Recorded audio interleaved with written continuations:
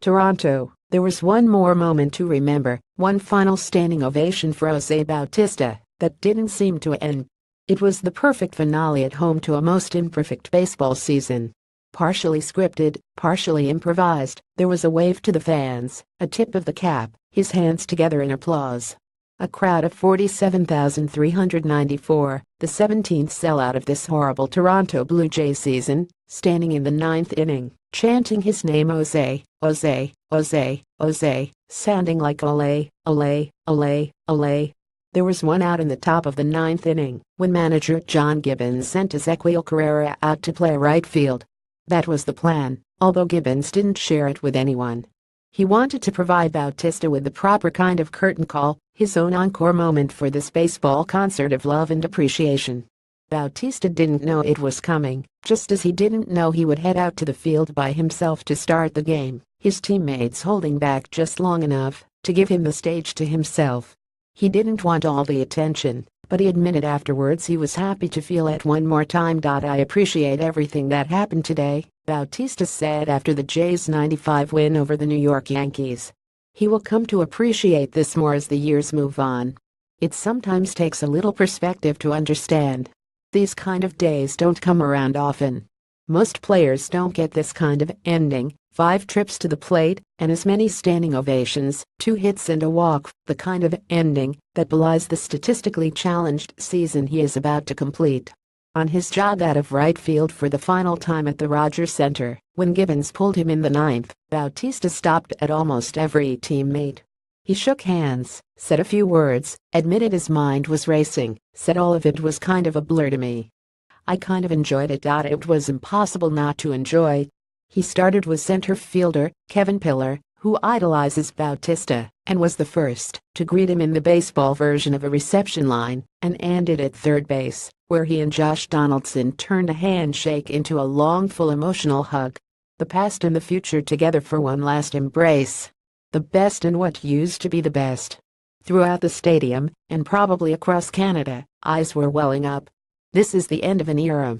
Last year, Edwin Encarnacion moved on.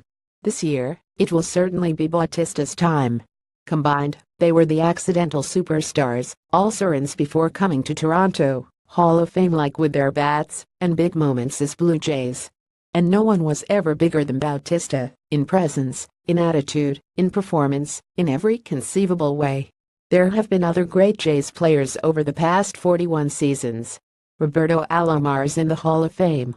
Maybe Dave Stieb should be there too. Carlos Delgado has magnificent numbers. But Alomar aside, and the Ed Sprague and Joe Carter franchise-changing home runs aside, Bautista was his own modern-day story waiting to be written, supplying nearly a decade's worth of unforgettable moments for a team that has grown into a ratings and attendance dynamo. The Blue Jays became a product and a business and a television show in Bautista's years, and if you give appreciative Toronto a show, the people here will love you forever.